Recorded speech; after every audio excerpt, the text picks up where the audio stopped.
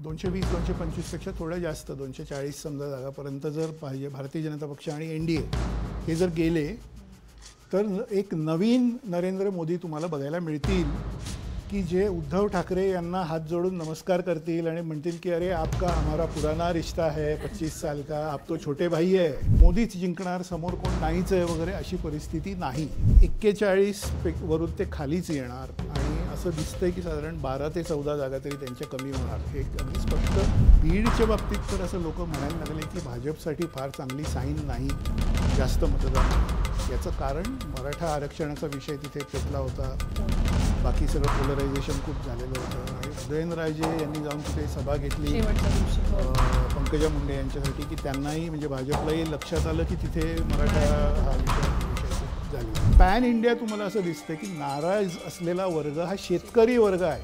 मी तुम्हाला लिहून देतो की राहुल गांधी जर इंडिया आय डोंट नो काय होणार आहे पण इंडिया आघाडी सरकार स्थापन करण्याच्या परिस्थितीत असेल तर राहुल गांधी पंतप्रधान पद स्वीकारणार किंवा घेणार नाहीत. ते असे काहीतरी पतंग उडवतात की शरद पवार पंतप्रधान होतील का, अमुक होतील का. मला असं वाटतं की आपण we have to be practical, we have to म्हणजे look at experience, look at what has happen.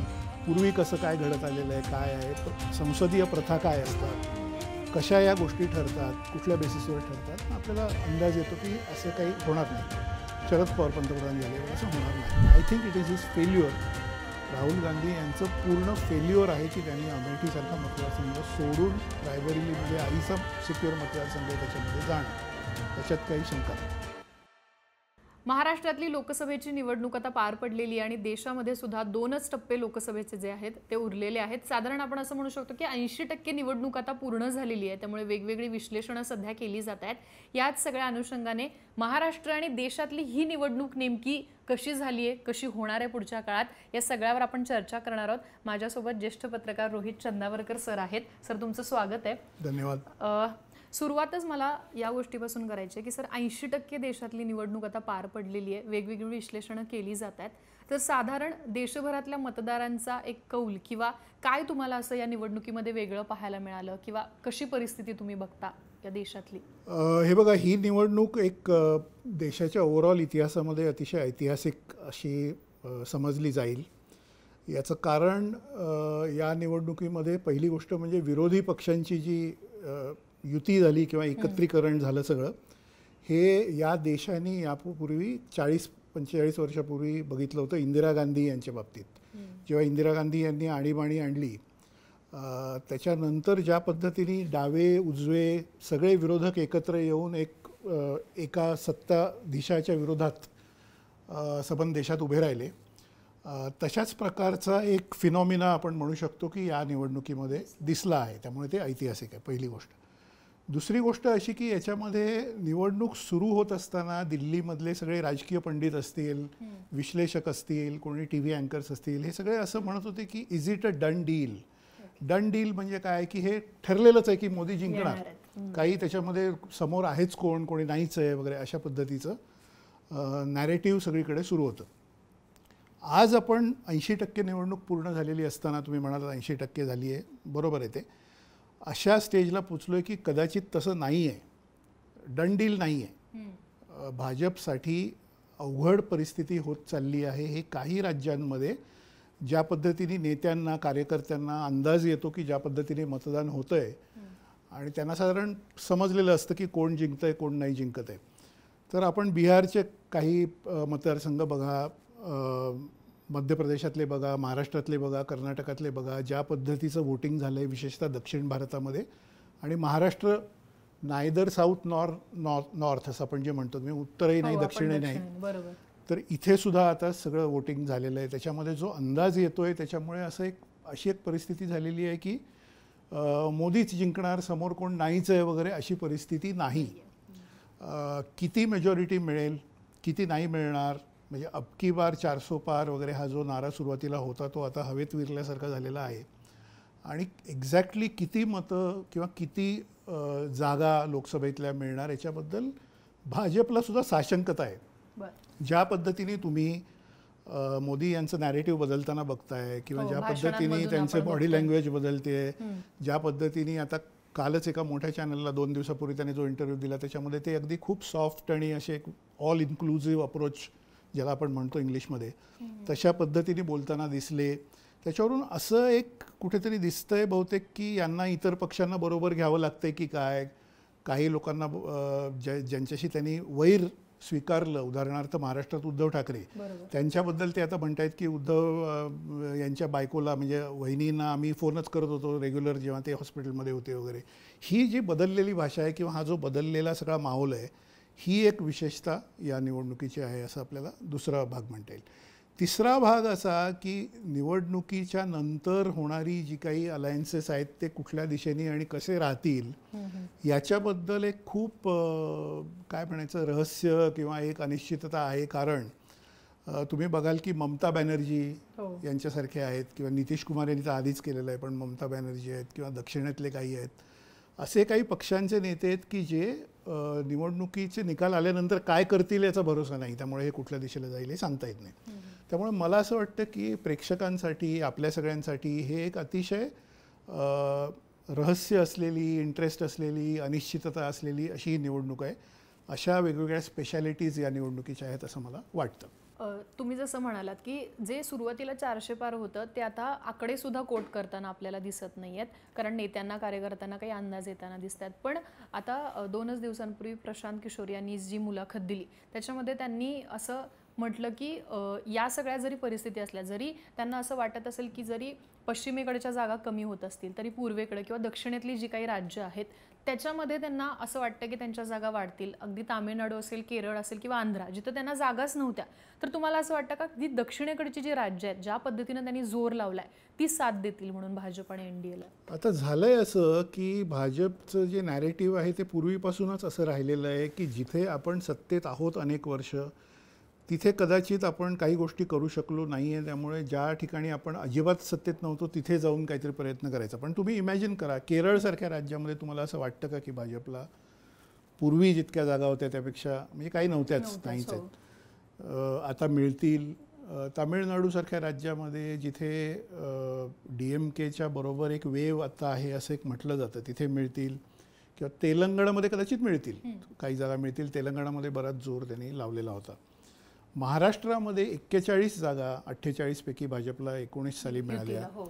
41 पेक्षा जास्त किंवा 41 जागा मिळतील असं भाजपच्याही लोकांना मनातनं वाटत नाही आहे. ते सांगताना सांगतायत की 45 अबकी बार 45 वगैरे सगळं, पण 41 वरून ते खालीच येणार आणि असं दिसतंय की साधारण 12 ते 14 जागा तरी त्यांच्या कमी होणार. हे अगदी स्पष्ट भाजपच्या नेत्यांनाही माहिती आहे, ते खाजगीमध्ये त्यांना ते माहिती आहे आणि त्यांच्या ती चिंता त्यांच्या मनात आहे. उत्तर प्रदेशमध्ये 74 जागा होत्या, त्या तेवढ्या टिकतील का? राम मंदिराचं आहे पण ते किती काळ आणि किती समाजावर त्याचा इन्फ्लुएन्स राहील याच्याबद्दल शंका आहे. महत्त्वाचा फॅक्टर असा की भारतीय जनता पक्षासाठी इनडायरेक्टली मदत व्हावी अशा पद्धतीने काम करणारे काही पक्ष जे आहेत, उदाहरणार्थ MIM की ज्याच्यामुळे मुस्लिम वोट्सही डिवाइड झाली किंवा हे झाली, तो फॅक्टर बरेच दिल्लीतले आमचे मित्र किंवा जे ऑब्झर्वर आहेत ते असं सांगतात की तो फॅक्टर यावेळी कदाचित चालणार नाही. कारण मुस्लिम समाज तुम्ही बघा महाराष्ट्रातला असेल, बाकीच्या ठिकाणचा असेल, तो एक आता अशा परिस्थितीत आला आहे की त्याला हे आकलन झालेलं आहे की कदाचित आपण MIMला मत देणं म्हणजे BJPसाठीच आपण इनडायरेक्टली मत देतोय की काय. कारण ते काही निवडून येत नाहीत, ते काही सत्तेवर येत नाहीत, पण आपलं मत कुठेतरी असं जातं की जिथे विरोधी पक्षाला त्याचा उपयोग होत नाही. त्यामुळे हे रिअलायझेशन जर देशाच्या वेगवेगळ्या राज्यांमध्ये आलेलं असेल, तेलंगणामध्ये आलं असेल, हैदराबादसारख्या ठिकाणी आलं असेल, महाराष्ट्रात आलेलं आहे दिसतंय आपल्याला, किंवा उत्तर भारतामध्ये सुद्धा तुम्ही विधानसभेची निवडणूक उत्तर प्रदेशातली बघा जिथे MIMने खूप मोठा एक वाटा गेल्यावेळी घेतला उत्तर प्रदेश इलेक्शनमध्ये आणि त्याच्यामुळे अखिलेश आणि काँग्रेस वगैरे यांचा डॅमेज झाला.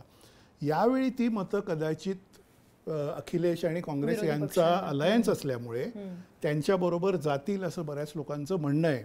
मी काही यावेळी उत्तर प्रदेशला जाऊ शकलो नाही, गेल्या वेळी गेलो होतो 19मध्ये, त्यावेळी वातावरण पूर्ण मोदीमय होतं, हे होतं वगैरे, पण ते तितकं आता आहे का? त्यामुळे त्यासुद्धा जागा कमी होतील की काय? आता ह्या ज्या कमी होणाऱ्या जागा आहेत, तुमचा स्पेसिफिक प्रश्न, त्याची भरपाई दक्षिण भारतातनं होईल किंवा पूर्वेकडे होईल असं तुम्हाला वाटतंय किंवा कोणाला वाटतंय प्रशांत किशोर यांना वाटतंय. मला I don't know, Prashant Kishore हे तज्ज्ञ आहेत, त्यांना खूप जास्त अनुभव आहे, ते सगळीकडे फिरलेले आहेत वगैरे वगैरे.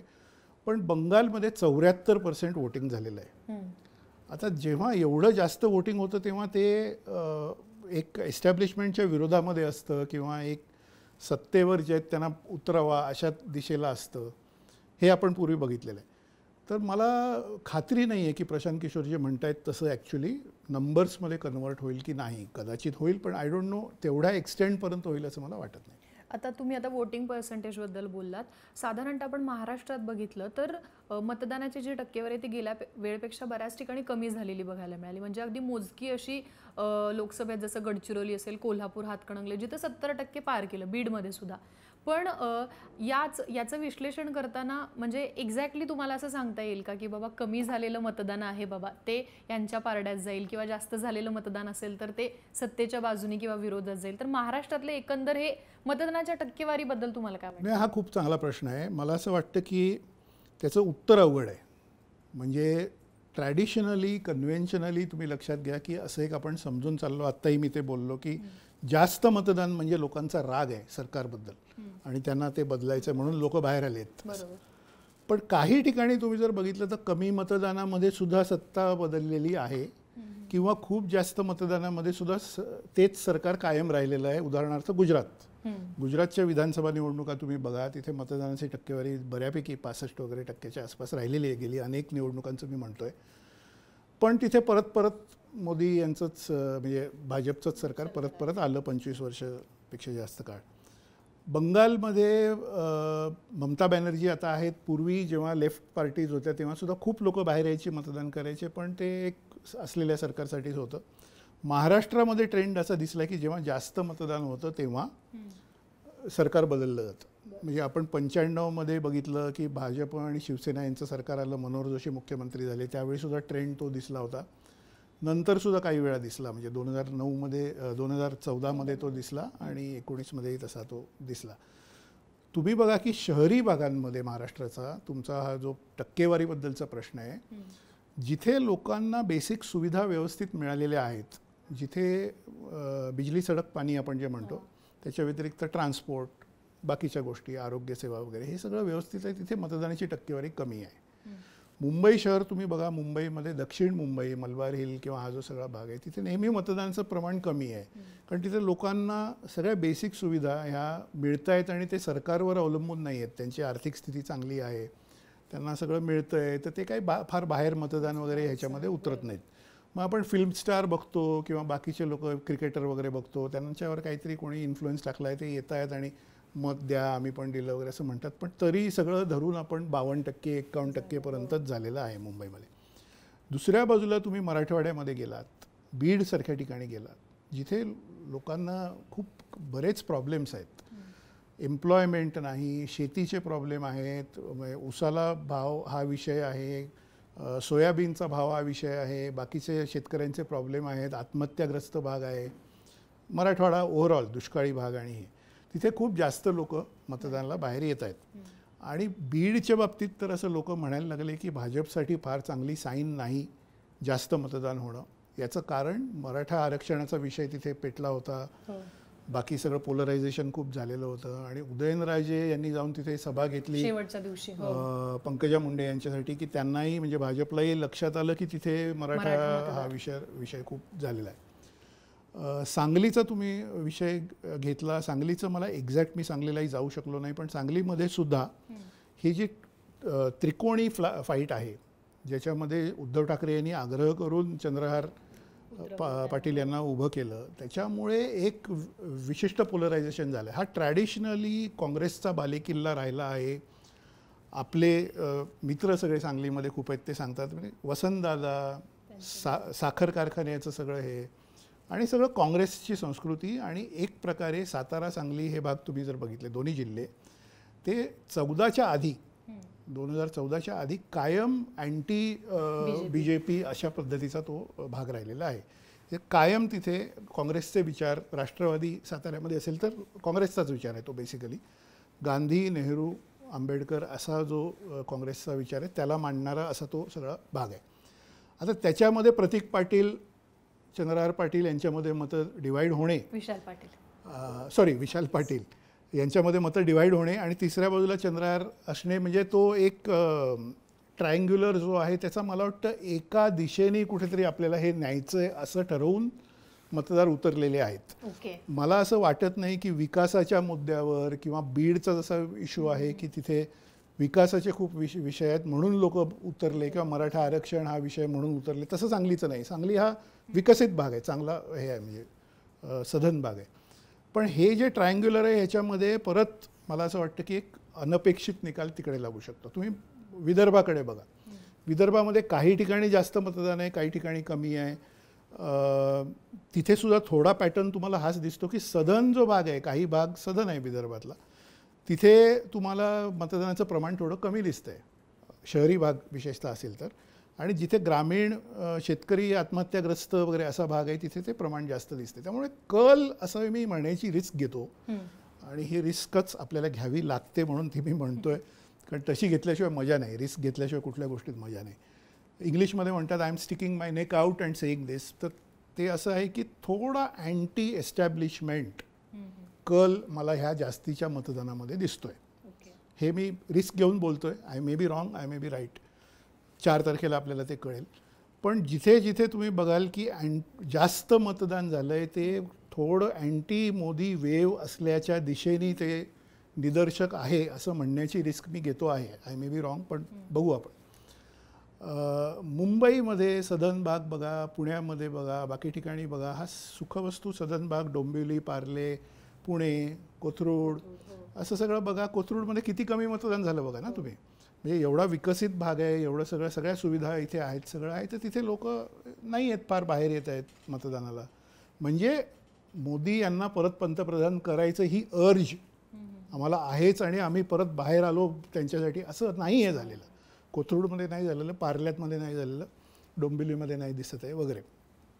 पण हा ट्रेंड अँटी एस्टॅब्लिशमेंट किंवा अँटी गव्हर्नमेंट, म्हणजे प्रेझेंट गव्हर्नमेंट जे काही सत्तेवर आहे त्याच्या, तो अशा ठिकाणी दिसतोय जिथे अविकसित भाग आहे.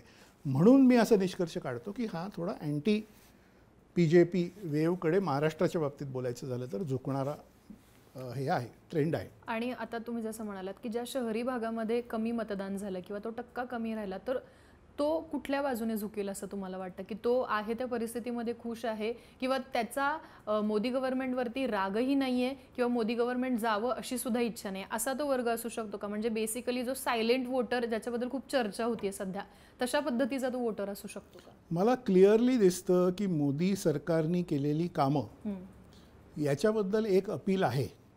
ते आपण डिनाय करण्यात अर्थ नाही. आपण इथे इंडिपेंडंट पत्रकार, तुम्ही, मी,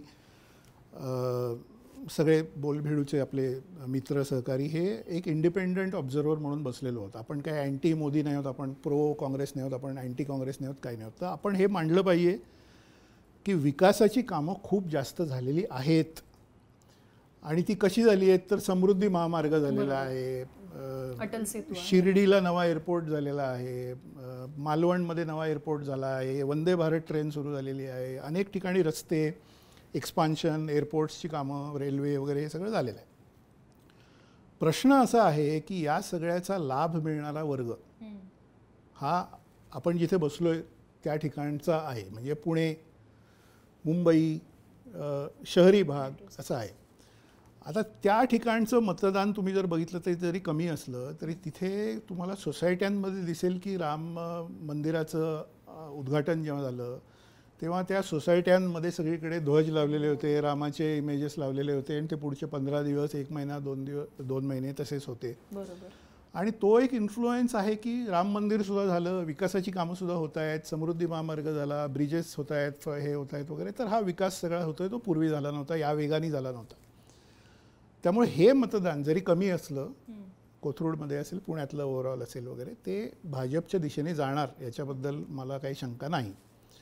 प्रश्न असा येतो की ओव्हरऑल ॲव्हरेज लोकसंख्या जी, म्हणजे ओव्हरऑल टोटल लोकसंख्या जी काय महाराष्ट्रासारख्या राज्यात बघा, कुठेही बघा, 65% लोकसंख्या ही साधारणपणे ग्रामीण शेतकरी वर्गाची लोकसंख्या असते. आणि शेतकऱ्यांचं वोटिंग हे फार क्रुशल असतं. आणि यावेळी मला असं दिसतंय की शेतकरी वर्गामध्ये नाराजीचा सूर एक पॅन इंडिया तुम्ही जर चित्र बघितलं, आपण एक नॅशनल चित्र बघू. महाराष्ट्र तर आपण बघतोच आहे, त्याबद्दल बोलतोच आहे. पण तुम्ही वरनं सुरुवात करा. जम्मू काश्मीरचं काही आता विशेष विषय नाही आहे. त्याच्यातनं तुम्ही बघा पंजाब, पंजाबनंतर बघा हरियाणा, हरियाणानंतर बघा राजस्थान, राजस्थाननंतर मध्य प्रदेश, मध्य प्रदेशनंतर उत्तर प्रदेश, उत्तर प्रदेशानंतर खाली या महाराष्ट्र, त्याच्यानंतर बघा कर्नाटक, त्याच्यानंतर तेलंगणा आणि हे. याच्यामध्ये एक पॅन इंडिया तुम्हाला एक नाराजी असलेला वर्ग कुठला आहे असा विचार जर तुम्ही केला तर तुम्ही दिल्लीतली शेतकऱ्यांची आंदोलनं बघा, पंजाबमध्ये आणि हरियाणामधले झालेले आंदोलन बघा, महाराष्ट्रामध्ये ऊस उत्पादकांचे किती काळ ते इथेनॉलला ऊस द्यायचा नाही असा नियम झाला त्याच्यावरनं, कांदा उत्पादकांचं तुम्ही बघा उत्तर महाराष्ट्रामध्ये लासलगाव, नाशिक वगैरे किती आहे, सोयाबीन उत्पादकांची आंदोलनं किती आहेत बघा, कर्नाटकमध्ये शेतकऱ्यांची आंदोलनं बघा, दूध उत्पादन हे काहीतरी अमूल डेअरीशी जोडलं जाण्यावर त्याच्यावरनं नंदिनी आणि हा विषय बघा, आणि तामिळनाडू किंवा इतर ठिकाणी बघा. तर पॅन इंडिया तुम्हाला असं दिसतं की नाराज असलेला वर्ग हा शेतकरी वर्ग आहे.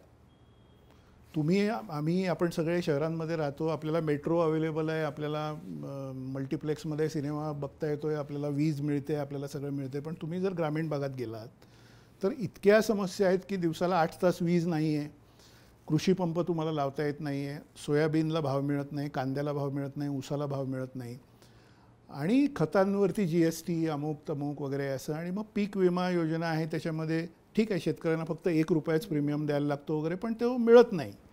कारण ते कंपन्या म्हणतात की हा निकष त्यात पूर्ण होत नाही, अमुक नाही. त्यामुळे जर अवकाळी पाऊस झाला, आणि तो होतोच आहे हल्ली, त्याच्यामध्ये प्रॉब्लेम होतो सगळा. तर हा नाराज वर्ग कुठल्या दिशेला जातोय हे आपण कॅल्क्युलेशन डोक्यामध्ये धरलं पाहिजे. शहरामध्ये तुम्हाला आपल्या आजूबाजूला असलेले सोशल मीडियावर असलेले मंडळी आपले मित्र आहेत, ते व्होकल आहेत खूप. ते म्हणतायत की मोदीच येणार, दुसरं कोणीच नाही आहे, मोदी नाही तो और कोई है ही नाही सामने, किंवा काय ऑप्शनच नाही आहे, विरोधक काय हे नाही वगैरे वगैरे. हे नॅरेटिव्ह आहे जे तुम्हाला सोशल मीडियावर दिसतंय, नॅशनल मीडियावर दिसतंय.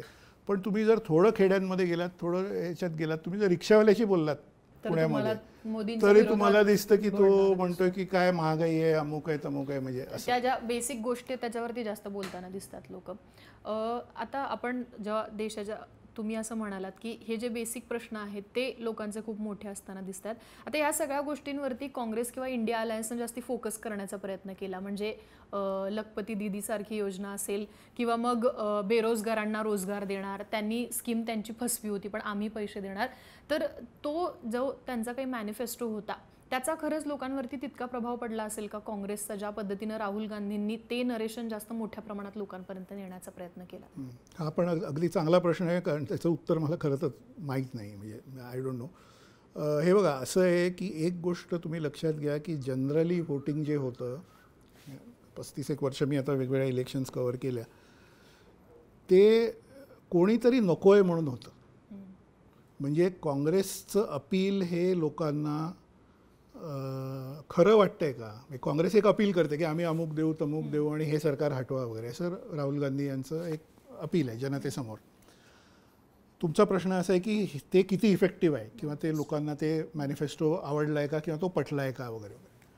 माझं उत्तर त्याच्यावर असं आहे की तो मॅनिफेस्टो पटला असेल याची मला खात्री नाही. पण एक गोष्ट मी ठामपणे सांगू शकतो की लोक जेव्हा मतदान करतात तेव्हा जनरली ते अमुक माणूस बसला आहे 5 वर्ष किंवा 10 वर्ष, अमुक सरकार बसलं आहे, त्याच्याबरोबरची टीम आहे, काय जे आहे, तो आता नको, या दृष्टीने मतदान करतात. तुम्ही मनमोहन सिंग यांच्या सरकारबद्दल बघा. 2014मध्ये 2009 पासून 14पर्यंत इकॉनॉमीची परिस्थिती फार वाईट नव्हती. 2008ला तर मुंबईमध्ये 26/11चा हल्ला झाला, आणि 2009ला सरकार परत निवडून दिलं मनमोहन सिंग यांचंच लोकांनी. म्हणजे 2008मध्ये 26/11ला मुंबईमध्ये तो जो भयानक हल्ला झाला तेव्हा मी फील्डवर होतो, आणि आम्ही सगळे 3 दिवस न झोपता न काही रेस्ट घेता आम्ही तिथे कव्हरेज करत होतो. त्यावेळी मी एका इंग्लिश चॅनलचा ब्युरो चीफ होतो मुंबईमध्ये. तर त्यावेळी नरेंद्र मोदी हे स्वतः गुजरातचे मुख्यमंत्री होते. ते मुंबईला येऊन त्यांनी 2-3 ठिकाणी भाषणं केली मोठी मोठी की हे कसं सरकारचं फेल्युअर आहे, हा हल्ला म्हणजे याच्यात 200 लोक मारले गेले, काय चाललं आहे वगैरे वगैरे. आम्हाला सगळ्यांना असं वाटलं की 2009मध्ये एक त्याची रिॲक्शन होईल आणि हे होईल, पण झालं नाही. लोकांनी परत मनमोहन सिंग यांचं सरकारच निवडून दिलं. याचं कारण इकॉनॉमी चांगली चालली होती, सगळं चांगलं चाललं होतं वगैरे, आणि लोकांना असं वाटलं की आपण आहे तसं सुरू ठेवावं, या सरकारच्या मागे उभं राहावं. 14मध्ये काय झालं की गव्हर्नन्सचे इश्यूज, करप्शनचे इश्यूज, 2G स्कॅमचा विषय भाजपने काढला, दिल्लीमधलं निर्भया प्रकरण, त्याच्यावरनं महिलांची सुरक्षा वगैरे हा विषय झाला, बाकी अनेक विषय आले, आणि एक लाट अशी आली की ज्याच्यामध्ये 10 वर्ष हे सरकार आहे आणि हे सरकार नको आता, कारण त्याच्यामध्ये पॉलिसी पॅरालिसिस आहे, त्याच्यामध्ये निर्णय होत नाहीत, त्याच्यामध्ये भ्रष्टाचार आहे, त्याच्यामध्ये सहयोगी छोटे पक्ष जे आहेत ते काय वाटेल ते करतायत, DMK विरुद्ध आरोप होते, अमुक होते तमुक होते. तर वोटिंग असं असतं की ते अमुक म्हणजे मनमोहन सिंग आणि UPA हे सरकार नको यासाठी होतं. त्यावेळी लोकांना माहीत नव्हतं की नरेंद्र मोदी हे चांगले प्रशासक आहेत का नाही आहेत, नरेंद्र मोदी जे सांगतायत मॅनिफेस्टो जो काय दिला आहे तो करतील की नाही, किंवा हा मॅनिफेस्टो तुम्ही जो प्रश्न विचारला की हा विश्वास ठेवावा असं मॅनिफेस्टो आहे का नाही. भाजपने सांगितलं आम्ही हे करू हे करू हे करू असं करू, काय काय सांगितलं होतं, महागाई कमी करू, आम्ही पेट्रोलचे भाव कमी करू, आम्ही गॅस सिलेंडर 450 रुपये तो कंट्रोल करू, आम्ही भ्रष्टाचार थांबवू, आम्ही अमुक करू तमुक करू तमुक, महिलांची सुरक्षा आम्ही शहरांमध्ये वाढवू वगैरे वगैरे सगळं. याच्यातलं काही झालं का? म्हणजे आपण ऑनेस्टली आपल्या प्रेक्षकांना विचारू, मी काय सांगत नाही की झालं की नाही झालं. तुम्ही काय भाव आहेत गॅस सिलेंडरचे, पेट्रोलचे बघा, महिलांची सुरक्षा काय अवस्था आहे दिल्ली, मुंबई, महाराष्ट्रात किंवा कुठेही बघा, किंवा काही सगळेच बाकीचे बघा, किंवा भ्रष्टाचाराचा आपण बघितलं तर बरेच लोक त्यांच्या सोबत आहेत. म्हणजे भ्रष्टाचाराचे आरोप ज्यांच्यावर केले त्यांचं पुढे काय झालं वगैरे मी बोलायची गरज नाही, ते सगळ्या जगाला दिसतंय. प्रश्न असा आहे की त्यावेळी लोकांनी मनात असं ठरवलं की हे सरकार नको, कारण त्यांना असं वाटलं की हा जो कोणी एक माणूस आहे जो सांगतोय की मी असं करेन तसं करेन वगैरे, ते आहे नाही आहे माहीत नाही, पण हे आत्ताचे जे आहेत ते नको. तसं आत्ता तुमचा प्रश्न जो आहे की काँग्रेसचा मॅनिफेस्टो आहे, त्याच्यामध्ये ह्या ज्या 5 गोष्टी सांगितल्या आहेत, न्याय काय ते 5 न्याय त्यांनी जे सांगितले, असं करू तसं करू, पहिल्या जॉबची गॅरंटी, ग्रॅज्युएट झाल्यावर पहिली नोकरी तुम्हाला देऊ, कुठून देणार आहेत काँग्रेसचे लोक. इकॉनॉमीची अवस्था अशी आहे की अशी कोणाला नोकरीची गॅरंटी वगैरे द्यावी अशी परिस्थिती नाही आहे. म्हणजे ऑटोमेशन जे सगळ्या क्षेत्रांमध्ये आलं आहे, AI जे आलं आहे, बाकी आलं आहे, त्याच्यामुळे इन्फॉर्मेशन टेक्नॉलॉजीपासून मॅन्युफॅक्चरिंगपासून सगळीकडे इंजिनियर झालेल्या लोकांना आज नोकऱ्या नाहीत अशी परिस्थिती आहे, आपल्याला सगळ्यांना माहिती आहे. त्याच्यात काय काँग्रेस एकदम येऊन काय बदल करेल असं मला वाटत नाही. पण आत्ताची जी परिस्थिती आहे त्याच्यामध्ये जे सरकार आहे आणि आत्ता जे सगळं चाललं आहे ते आम्हाला नको, मग दुसऱ्यावर आमचा विश्वास आहे का नाही, जसं 14मध्ये मोदींनी जे सांगितलं त्याच्यावर विश्वास आहे का नाही हा मुद्दा नव्हता. मुद्दा असा होता की मनमोहन सिंग आणि UPA सरकार नको, सोनिया गांधी नको असा होता.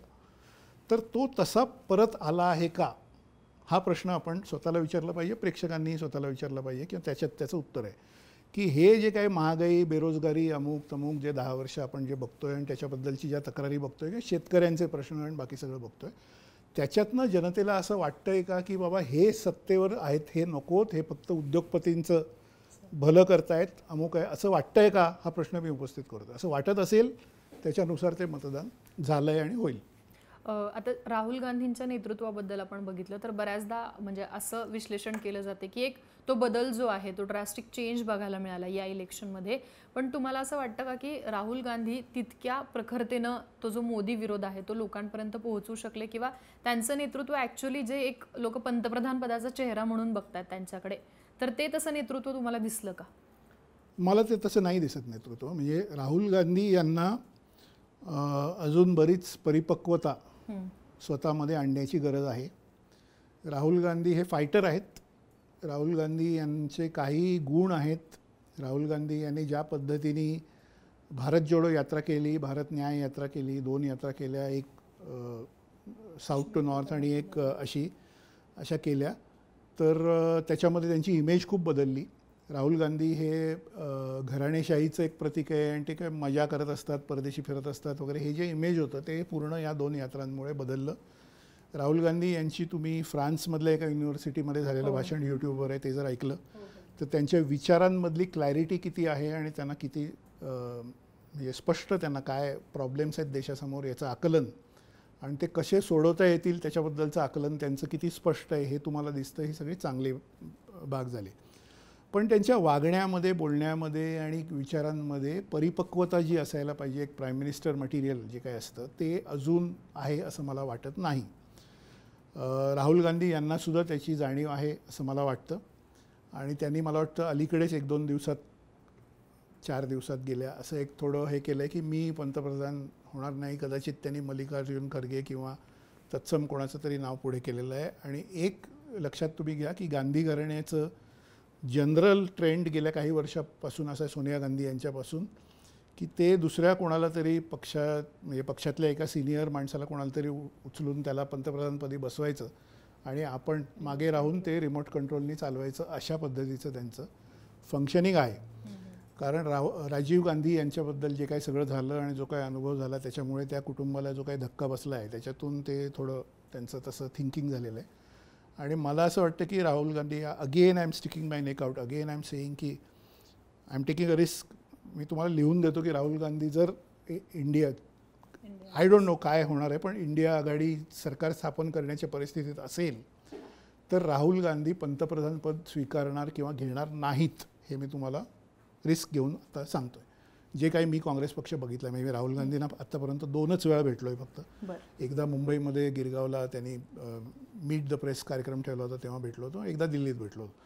माझं आकलन असं आहे की त्यांना त्यांची आजी पंतप्रधान होती, त्यांचे वडील पंतप्रधान होते आणि ते सगळी सत्ता आणि हे सगळं त्यांनी जे बघितलेलं आहे त्यांना ते काही ती खुर्ची आणि हे असं त्यांना ते नाही आहे. त्यांना त्याच्यापेक्षा मोठं एक wider remote control type role आणि हे असं त्यांच्या मनात असावं. कदाचित 10 वर्षांनी जर परत परिस्थिती अशी आली की काँग्रेस पक्षाला सत्ता मिळावी वगैरे असं, तर कदाचित राहुल गांधी हे त्यावेळी मॅच्युअर झालेले असतील असं आपण धरू. Age is on his side, म्हणजे ते वयाचा त्यांना लाभ आहे. पण तो प्रश्न त्यांनी अधातरी ठेवला आहे. म्हणजे इंडिया आघाडीचं तुम्ही एक बघा, त्यांनी पहिल्यापासून असं ठेवलं आहे की कोण असेल हे आम्ही सांगू शकत नाही, कोणालाही ते बनवतील किंवा लोकसभेत जर बहुमत त्यांना मिळालं तर ते सगळे लोकसभा सदस्यांनी बसून ते ठरवतील की कोणी व्हावं. देशाच्या इतिहासात 2 वेळा आत्तापर्यंत ठळकपणे मोठ्या पक्षांना मेजॉरिटी मिळाल्यानंतर असं घडलेलं आहे की आपल्याला माहीत नव्हतं की कोण पंतप्रधान होणार आहे आणि तो झाला आणि त्यांनी सरकार व्यवस्थित चालवलं. पहिली वेळ होती जेव्हा मोरारजी देसाई हे इंदिरा गांधींना हरवून जनता पक्ष जो काही होता जॉईंट, त्याच्यामध्ये भाजपचेही लोक होते, म्हणजे आता पुढे तो भाजप झाला, हिंदू महासभा किंवा जे पक्ष होते ते डावे, मधुदंड होते वगैरे हे सगळे लोक, आणि अशा सगळ्यांचं ते होतं. आणि इंदिरा गांधी यांना हरवेपर्यंत त्यांचं ठरलं नव्हतं की प्राईम मिनिस्टर कोण असणार आहे, पण मोरारजी देसाई यांचं नाव ठरलं आणि त्यांनी सरकार 2-3 वर्ष चालवलं. हाच प्रकार पुढे नरसिंहराव यांच्या बाबतीत झाला. नरसिंहराव हे प्राईम मिनिस्टर असतील असं कोणाला वाटलं नव्हतं, पण राजीव गांधी यांची हत्या झाली, निवडणुकीत त्यांना खूप यश मिळालं काँग्रेसला आणि नरसिंहराव पंतप्रधान झाले. त्यांनी व्यवस्थित सरकार चालवलं. आणि 3 वेळा झालं. तिसऱ्यांदा जेव्हा अटल बिहारी वाजपेयी यांच्या नेतृत्वाखालच्या सरकारचं इंडिया शायनिंग कॅम्पेन हे 2004मध्ये अयशस्वी झालं आणि त्यांनी ॲक्च्युली इलेक्शन 6 महिने आधी घेतली की आमच्या बाजूनी देशात इतकं वातावरण चांगलं आहे, आम्ही घेऊ शकतो म्हणून जी नोव्हेंबरमध्ये इलेक्शन होणार होती ती मे महिन्यात घेतली आणि त्याच्यामध्ये ते मेजॉरिटी मिळवू शकले नाहीत. आणि त्याच्यानंतर कोणालाच माहीत नव्हतं की मनमोहन सिंग प्राईम मिनिस्टर होतील. म्हणजे सगळ्यांना असं वाटत होतं की सोनिया गांधी प्राईम मिनिस्टर होणार, विदेशी नागरिक वगैरे असं सगळं सुरू होतं. पण मनमोहन सिंग झाले आणि त्यांनी 5 नव्हे तर 10 वर्ष सरकार व्यवस्थित चालवलं. त्यामुळे या देशाने 3 वेळा असं आपण म्हणू असं बघितलेलं आहे की कोणीतरी अननोन फेस जो प्राईम मिनिस्टेरियल कॅन्डिडेट असं आपण ज्याला म्हणतो, पंतप्रधान पदाचे उमेदवार, असा आधी ठरलेला नव्हता. निवडणुकीनंतर बहुमत मिळालं, सगळे बसले एकत्र आणि त्यांनी ठरवलं की हा माणूस बनेल. तो बनला आणि त्यांनी व्यवस्थित सरकार चालवलं. त्यामुळे हे जे भाजपचं नॅरेटिव्ह आहे की तुमच्याकडे कोण आहे, आमच्याकडे मोदी आहेत, तुमच्याकडे, हे मुळात प्रेसिडेन्शियल इलेक्शन अमेरिकेतली असते त्याकडे नेणारं नॅरेटिव्ह आहे. ते चुकीचं नॅरेटिव्ह आहे, मी स्पष्ट सांगतो. अशी भारतात पद्धतच नाही आहे की तुम्ही आधीच सांगायचं की हा आमचा उमेदवार आहे. ते अमेरिकन प्रेसिडेन्शियल जे अमेरिकन कॉन्स्टिट्यूशन आहे त्याच्यामध्ये प्रेसिडेंटच्या हातात सगळे अधिकार असतात आणि प्रेसिडेंट कोण हे तुम्ही आधी सांगायचं असतं. आमचा पक्ष जर जिंकला तर तुम्ही प्रेसिडेंट व्हाल असं, किंवा ह्यांचा पक्ष जिंकला तर हे प्रेसिडेंट होतील. भारतात अशी पद्धत नाही. लोक पक्षाचा एक अध्यक्ष आहे त्याच्या नेतृत्वाखाली निवडणूक लढतात. आता समजा भाजपमध्ये जे पी नड्डा आहेत अध्यक्ष आहेत किंवा काँग्रेसमध्ये मल्लिकार्जुन खरगे आहेत, त्यांच्या नेतृत्वाखाली निवडणूक लढल्यानंतर जे निवडून आलेले खासदार आहेत त्यांच्या सगळ्यांच्या वोटिंगमधनं हे ठरतं की हा माणूस प्राईम मिनिस्टर बनेल. ही इंग्लंडमधली आणि भारतातली पद्धत आहे. जी पार्लमेंटरी डेमोक्रेसी आहे. त्यामुळे हे नॅरेटिव्हच चुकीचं आहे की आमच्याकडे मोदी आहेत, तुमच्याकडे कोण आहे. अनेक लोक आहेत, क्वालिफाईड लोक खूप असतात, शिक्षण चांगलं घेतलेले, अनुभव असलेले, परदेशात काम केलेले, राजकारणाचा अनुभव असलेले असे असंख्य लोक असतात आणि त्याच्यातून निवड होईल असं मला वाटतं. पण एक साधारणतः महाराष्ट्रात जेव्हा जेव्हा चर्चा होते तेव्हा शरद पवारांचं नाव हे अगदी घेतलंच जातं की बाबा आपला मराठी माणूस किंवा महाराष्ट्रातला व्यक्ती पंतप्रधान पदाचा उमेदवार असावा. तुम्हाला असं वाटतं का जर आता इंडिया अलायन्समध्ये आपण जे काही ज्येष्ठ नेते बघतो त्याच्यामध्ये पवारांचं नाव सगळ्यात आधी घेतलं जातं, तर ती एक संधी पवारांना मिळू शकते का? जर यांचं सरकार आलं तर त्यांच्या नावाचा विचार होऊ शकतो का? शरद पवारांना आम्ही सगळे जेव्हा जेव्हा भेटलो आहे पत्रकार म्हणून, तेव्हा त्यांनी एक बेसिक गोष्ट आम्हाला सांगितलेली आहे, ती अशी आहे याच प्रश्नावर बोलताना. त्यांचं साधं म्हणणं असं आहे की तुम्ही हे लक्षात घ्या की लोकसभेमध्ये एखाद्या पक्षाचे किती खासदार आहेत त्या बेसिसवर एखाद्या पक्षाचा नेता हा पंतप्रधान होणार का नाही होणार हे ठरत असतं. आता या गोष्टीला काही अपवाद आहेत. उदाहरणार्थ देवेगौडा किंवा इंद्रकुमार गुजराल हे पूर्वी प्राईम मिनिस्टर झाले आणि त्यांच्याकडे काय फार हे नव्हतं, पण ती एक अपवादात्मक परिस्थिती होती. शरद पवार यांनी स्वतः 10 वेळा हे क्लॅरिफिकेशन दिलेलं आहे. आम्हालाही दिलं आहे, आम्ही जेव्हा भेटलो तेव्हा मीडियामध्येही दिलेलं आहे की माझ्या पक्षाचे मुळात 10 किंवा 12 किंवा 8 उमेदवार असे जर उमेदवार असतील, त्यातले 6 किंवा 5 निवडून येणार असतील, तर 5 खासदारांचा 8 खासदारांचा नेता हा प्राईम मिनिस्टर होऊ शकत नाही. म्हणजे हे बेसिक पार्लमेंटरी डेमोक्रेसीमधलं प्रिन्सिपल आहे. त्याच्यामुळे अरविंद केजरीवाल असतील किंवा शरद पवार असतील वगैरे यांच्या बाबतीत, अरविंद केजरीवालांचं वय खूप कमी आहे, त्यांना पुढे स्कोप आहे, पण असं एक प्रोजेक्ट केलं जातं की प्राईम मिनिस्टर मटेरियल आहेत, हे फेस आहेत.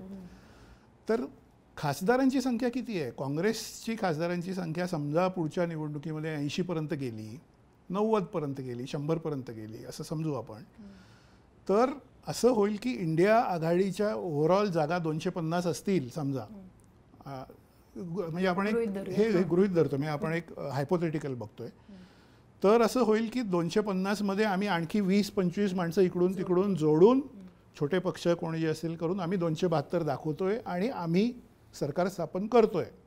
असं जर समजा झालं आणि भाजप समजा 220-230पर्यंत गेलं, त्यापुढे जर गेलं नाही, तर तशा परिस्थितीत हे क्लिअर आहे की 80 किंवा 90 खासदारांचा नेता जो असेल, म्हणजे काँग्रेस पक्षाचा जो नेता असेल सभागृहातला, तो पंतप्रधान पदाचा सदस्य असेल. आणि काँग्रेस पक्ष जर देशामध्ये मॅक्सिमम जागा लढवत असेल इंडिया आघाडीच्या बाजूला जे पक्ष आहेत त्यांच्यापैकी, तर अर्थातच त्यांचा दावा तो असणार.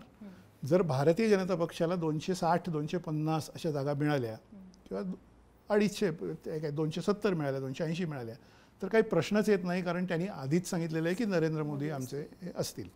त्यामुळे हे इतकं सिम्पल ते ॲरिथमॅटिक आहे. आणि त्याच्यामध्ये मला वाटतं हे थोडं मीडियामध्ये ना, सोशल मीडियामुळे झालं आहे काय की कोणाचंही कोणीही नाव लिहिणं आणि काय, म्हणजे ज्यांनी कधी विधानसभेत पत्रकार म्हणून बसून कव्हरेज केलेलं नाही, ज्यांनी कधी लोकसभा आतून बघितलेली नाही, अमुक नाही, असे लोक सोशल मीडियामध्ये आता लोकप्रिय झाले आहेत, त्यांना खूप व्ह्यूज मिळतात आणि मग ते असे काहीतरी पतंग उडवतात की शरद पवार पंतप्रधान होतील का, अमुक होतील का. मला असं वाटतं की आपण we have to be practical, we have to म्हणजे look at experience, look at what has happened. पूर्वी कसं काय घडत आलेलं आहे, काय आहे, संसदीय प्रथा काय असतात, कशा या गोष्टी ठरतात, कुठल्या बेसिसवर ठरतात, आपल्याला अंदाज येतो की असं काही होणार नाही, शरद पवार पंतप्रधान झाल्यावर असं होणार नाही.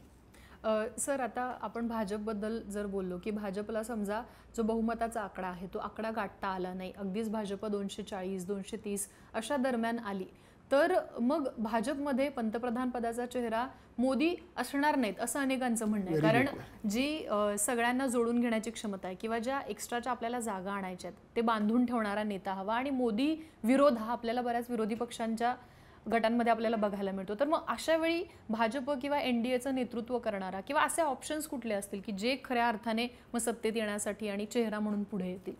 तुम्हाला एक गोष्ट मी सांगू शकतो 100% की नरेंद्र मोदी यांच्या इतका काय म्हणायचं त्याला, फ्लेक्झिबलला मराठीमध्ये काय एक म्हणजे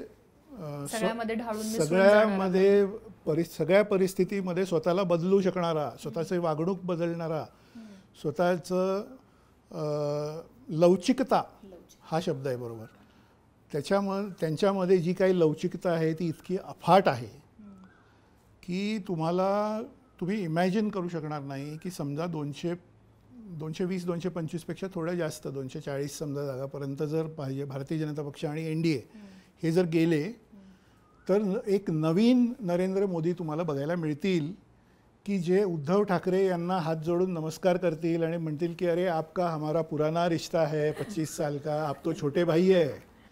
कारण मी स्वतः मुंबईमध्ये मातोश्री या उद्धव ठाकरे यांच्या निवासस्थानाबाहेर गन माईक घेऊन कॅमेरावर नॅशनल टीव्हीवर उभा राहून हे बघितलेलं आहे की तिथे नरेंद्र मोदी हे 2014च्या निवडणुकीआधी उद्धव ठाकरे यांना भेटायला आले असताना त्यांनी उद्धव ठाकरे यांना वाकून नमस्कार केला.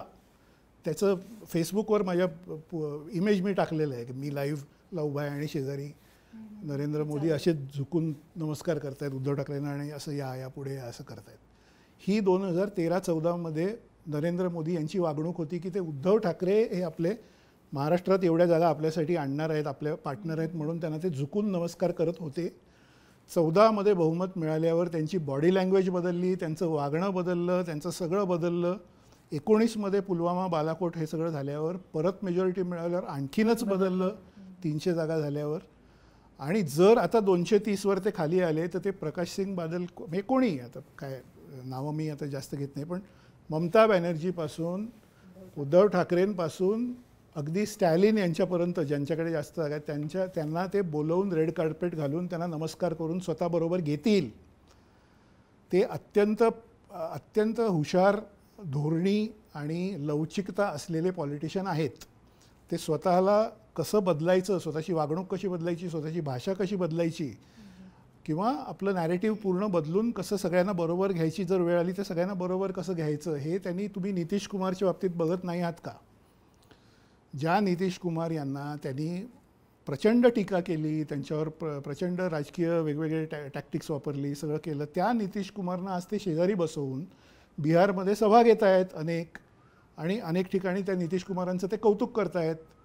ज्या अजित पवारांवर त्यांनी 27 जून 2023 या दिवशी भोपाळमध्ये असं भाषण केलं की NCP करप्ट पार्टी आहे आणि इन पे कारवाई ये मेरी गॅरंटी, असं ते भाषण त्यावेळी त्याने केलं. समोर स्टेडियम छोटं म्हणजे काही इंडोर स्टेडियम टाईप होतं, त्याच्यामध्ये भाजपच्या कार्यकर्त्यांनी जल्लोष केला. ते रवीश कुमारच्या व्हिडिओमध्ये ते सगळे क्लिप्स आहेत एका जुन्या व्हिडिओमध्ये 6 महिन्यापूर्वीच्या. त्या अजित पवारांना त्यांनी त्यांच्या गव्हर्नमेंटमध्ये 3 जुलैला घेतलं. 27 जून 23ला हे सगळं भाषण केल्यावर 3 जुलैला अजित पवारांना त्यांनी बरोबर घेतलं, उपमुख्यमंत्री बनवलं आणि महाराष्ट्रातल्या प्रत्येक दौऱ्यामध्ये आता ते अजित पवारांच्या पाठीवर हात ठेवत आहेत. जेव्हा येतात इथे आणि अजित पवार आणि प्रोटोकॉल म्हणून देवेंद्र फडणवीस, अजित पवार, मुख्यमंत्री एकनाथ शिंदे तिघेही तिथे असतात, तिथे ते अजित पवारांच्या पाठीवर हात ठेवत आहेत. त्यामुळे ही लवचिकता जी नरेंद्र मोदी यांच्यामध्ये आहे की कोण आपला शत्रू आहे, कोण आपला मित्र आहे हे कधी परमनंट नाही आहे त्यांच्यासाठी. ते स्वतःला पूर्ण बदलतात. त्यांना जर लक्षात आलं की आपल्याकडे 240 जागा आहेत आणि 30 जागा अजून आपल्याला हव्यात किंवा 25 जागा हव्यात, जे काय आहे त्याच्यासाठी ते पूर्ण त्यांची बॉडी लँग्वेज बदलतील, त्यांची भाषा बदलतील, त्यांचं वागणं बदलेल आणि ते सगळं मॅनेज करून ते परत प्राईम मिनिस्टर होतील.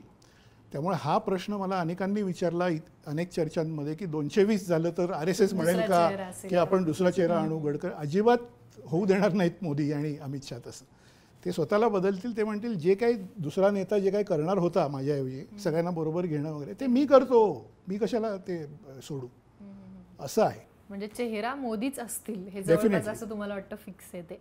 आता राहुल गांधींबद्दल मगाशी प्रश्न विचारायचा राहिला की राहुल गांधींनी सुरुवातीला वायनाडमधून अर्ज भरला, ती निवडणूक झाली, त्याच्यानंतर चर्चा होती रायबरेली की अमेठी, आणि रायबरेलीतनं आता ते निवडणूक लढवत आहेत. पण जर ते अमेठीतनं लढले असते तर एक वेगळा मेसेज गेला असता असं म्हणजे बोललं गेलं. पण ज्या पद्धतीनं त्यांनी अमेठी न लढवण्याचा निर्णय घेतला ते कुठंतरी त्यांना बॅकफूटला घेऊन जाणार आहे असंही म्हटलं गेलं. तर तुम्ही या सगळ्याकडे कसं बघता? राहुल गांधींनी खरंच अमेठी लढवायला पाहिजे होती का? 2019च्या निवडणुकीच्या आधी मी अमेठीला जाऊन आलो आणि त्या भागात सगळं जाऊन आलो. वाराणसीलाही गेलो होतो, अमेठीलाही गेलो होतो, म्हणजे रायबरेली वगैरे या भागातही गेलो होतो. तुम्ही इमॅजिन करू शकणार नाही इतकी वाईट अवस्था आहे अमेठीची. म्हणजे एका नॅशनल चॅनलवर बोलताना परवा मी म्हटलं की काँग्रेस प्रेसिडेंट पदावर राहिलेल्या आणि काँग्रेस पक्षाच्या एवढ्या सगळ्या ह्याच्यात इतकं पुढे आघाडीवर राहिलेल्या एका खासदाराचा मतदारसंघ हा इतका मागासलेला असावा हे बघून मला म्हणजे वाईटही वाटलं आणि रागही आला की काय एफिशियन्सी आहे यांची. म्हणजे तिथे स्मृती इराणी यांनी निवडणूक गेल्यावेळी जिंकली, 2 वेळा जिंकली मला वाटतं. ती काही आश्चर्याची गोष्ट नाही. म्हणजे तुम्ही मी एका नॅरेशनमध्ये म्हटलं की शरद पवार बघा, शरद पवारांचा मतदारसंघ बारामती बघा. तुम्ही जर बारामतीला गेलात फिरलात तर तुम्हाला असं वाटेल तुम्ही कुठल्या तरी अगदी चांगल्या उत्तम क्वालिटीच्या शहरामध्ये आहात. काही म्हणजे तिथे हे नाही. तुम्ही लातूर बघा, विलासराव देशमुखांचा मतदारसंघ. तुम्ही माधवराव ज्योतिरादित्य शिंदेंचा मतदारसंघ बघा मध्य प्रदेशमधला, किंवा तुम्ही राजस्थानमधले मतदारसंघ बघा, गहलोत यांचे किंवा बाकी कोणाचे. कोणताही नेता जो मुख्यमंत्रीपदी आहे, पक्षाच्या अध्यक्षपदावर आहे किंवा मंत्री राहिलेला आहे, तो त्याच्या मतदारसंघाची प्रचंड डेव्हलपमेंट पहिली करून घेतो. राईट. कोणीही नेता बघा तुम्ही, म्हणजे कोकणातले नेते बघा, विदर्भातले बघा, कुठलेही बघा, नागपूर बघा, नितीन गडकरी आणि देवेंद्र फडणवीस यांनी किती काय काय तिथे काम केलेलं आहे. त्या तुलनेमध्ये अमेठी जर तुम्ही बघितलं तर तुम्हाला असं वाटणार नाही की हा राहुल गांधींचा मतदारसंघ आहे. इतकी भयानक तिथे अवस्था आहे. आणि या बाबतीत राहुल गांधी, सोनिया गांधी, प्रियंका गांधी यांनी काय केलं आहे मला काही कळत नाही, किंवा त्यांना इतकी बेफिकिरी कशी आहे मला काही कळत नाही. अमेठीतून माघार घेणं आणि रायबरेलीमध्ये स्वतःची आई ज्या ठिकाणी गेल्यावेळी जिंकली निवडणूक किंवा जिंकत आलेली आहे अनेक वेळा, त्या ठिकाणी जाणं, ही राहुल गांधी यांची शरणागती एक प्रकारची आहे, आपल्याला मान्य केलं पाहिजे. आणि एका बाजूला आपण देशामध्ये यात्रा काढतोय, देशपातळीवर आपण लीडर म्हणून स्वतःला प्रोजेक्ट करतोय आणि ओव्हरऑल इंडिया अलायन्सचा प्रॉमिनंट नेता किंवा सगळ्यात मोठा नेता असं स्वतःला प्रोजेक्ट करतोय. आणि जर उद्या इंडिया आघाडीचं सरकार आलं तर त्यामध्ये राहुल गांधी हे प्रॉमिनंट, म्हणजे ते सरकार चालवणाऱ्यांपैकी एक ते असतील अशी परिस्थिती आहे. अशा नेत्यांनी स्वतःच्या मतदारसंघाकडे इतकं दुर्लक्ष करणं, तिथे हरणं आणि तो मतदारसंघ सोडून आधी वायनाडमध्ये जाणं, मग आता रायबरेलीमध्ये जाणं वगैरे, हे अतिशय म्हणजे फेल्युअर आहे राहुल गांधी यांचं. त्यांनी दुर्लक्ष केलेलं आहे त्यांच्या मतदारसंघाकडे आणि ते अगदी वाईट परिस्थिती आहे. कारण पुरेसा वेळ जर तुम्ही राजकारणात दिला, आणि शरद पवार, अजित पवार यांच्या बाबतीत यांच्याकडून हे शिकण्यासारखं आहे. बाकी काही कोणाचे मतभेद असतील पण ते इतका वेळ देतात, म्हणजे तुम्हाला कधी ते सुट्टीवर कुठेतरी गेलेत युरोपला आणि हे असं दिसणार नाही. सकाळी 7:30 वाजल्यापासून ते त्यांच्या जे ठरलेलं ऑफिस असेल, बारामतीमध्ये असेल, मुंबईमध्ये असेल, जिकडे कुठे असेल, तिथे लोकांना भेटायला बसलेले असतात. 11, 11:30 वाजता ते मंत्रालयात त्यांच्या ह्याच्यात पोचतात, तिथे प्रशासकीय कामं जी काय ती करतात. संध्याकाळीसुद्धा लोक त्यांना भेटायला येतात किंवा संध्याकाळी ते वेगवेगळे कार्यक्रम अटेंड करतात. सभा असेल, कुठे काय उद्घाटन कार्यक्रम असेल, अमुक असेल, कोणाचं लग्न किंवा बाकी काय असेल. तर पूर्ण वेळ जर तुम्ही दिला तर तुम्हाला तुमच्या मतदारसंघाची डेव्हलपमेंट, म्हणजे तिथे इन्व्हेस्टमेंट आणणं, तिथे नोकऱ्या, तिथे रस्ते, वीज, हे सगळं करणं आणि पक्षाचं काम चालवणं किंवा प्रशासकीय काम हे चालवणं, ह्या दोन्ही गोष्टी तुम्हाला करता येतात जर तुम्ही पुरेसा वेळ दिला तर. राहुल गांधी यांची सगळी राजकीय वागणूक ही गेल्या 2-3 वर्षात बरीचशी बदलली आहे, सुधारली आहे. आणि मी मगाशी म्हटलं तसं त्यांनी ह्या भारत जोडो यात्रा वगैरे केल्या, त्याच्यामध्ये त्यांना ते रिअलायझेशन आलं की आपण हा एवढा वेळ लोकांबरोबर घालवला पाहिजे, दिला पाहिजे लोकांना वगैरे, त्यामुळे त्यांची इमेज बदलली. पण त्याआधी म्हणजे साधारण 2020च्या आधी असं समजा, किंवा 2021च्या आधी ते फार कमी वेळ राजकारणाला देत होते, ते फार कमी वेळ लोकांना देत होते, ते लोकांना अवेलेबलच होत नव्हते, ते लोकांना भेटत नव्हते, ते पुरेसा वेळ कॉन्स्टिट्युएन्सीमध्ये घालवत नव्हते आणि ते देशी विदेशी फिरणे किंवा बाकीच्या सगळ्या गोष्टी करणे असं करत होते. आता अचानकपणे त्यांना हे रिअलायझेशन गेल्या 2-3 वर्षात आलेलं आहे की आपण हे फुल टाईम पूर्ण केलं पाहिजे आणि त्याच्यामुळे तो बदल झाला आहे. पण I think it is his failure. Rahul Gandhi यांचं पूर्ण फेल्युअर आहे की त्यांनी अमेठीसारखा मतदारसंघ सोडून रायबरेलीमध्ये आईचा सिक्युअर मतदारसंघ आहे त्याच्यामध्ये जाणं, याच्यात काही शंका नाही.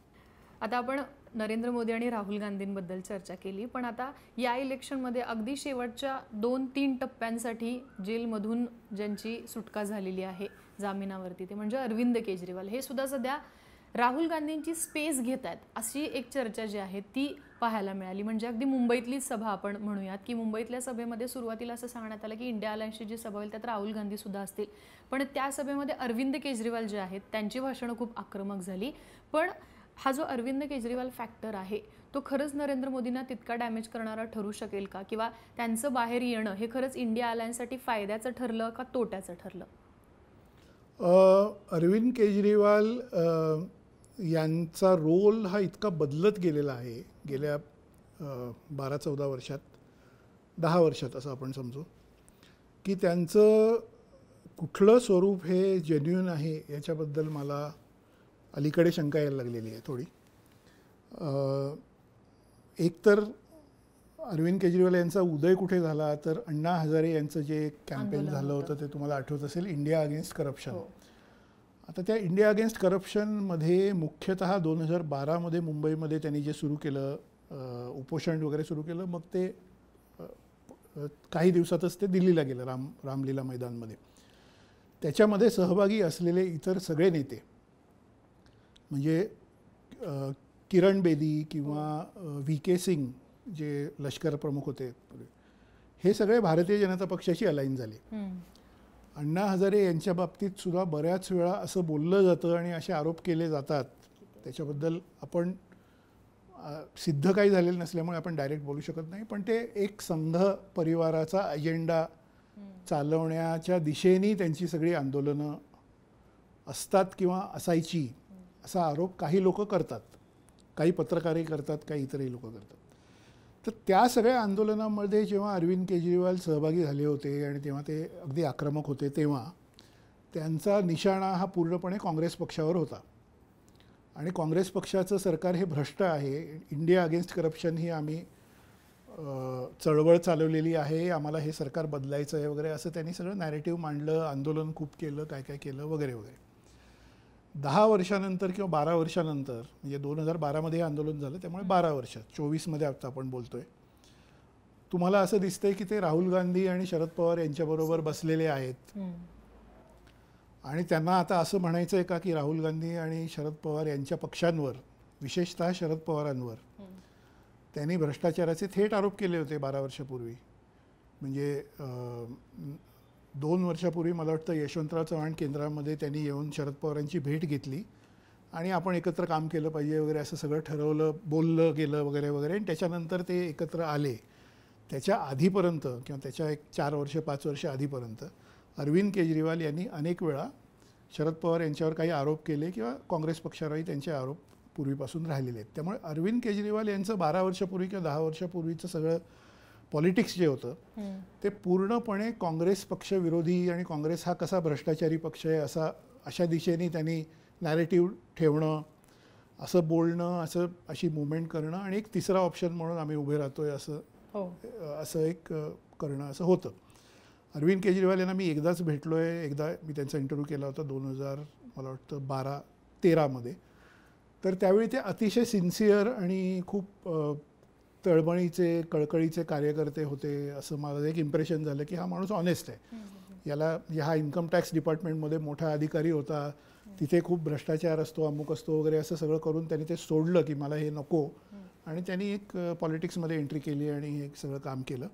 इकॉनॉमिक टाइम्समध्ये मी काम करत असताना इकॉनॉमिक टाइम्स अवॉर्ड फंक्शनमध्ये त्यांना एक अवॉर्ड मिळालं होतं, तर त्यानिमित्ताने ते मुंबईला त्यांना आणणं आणि अवॉर्ड फंक्शनमध्ये त्यांच्याबरोबर बसणं वगैरे हे सगळं मी केलं होतं. तेव्हा मी त्यांना भेटलो होतो.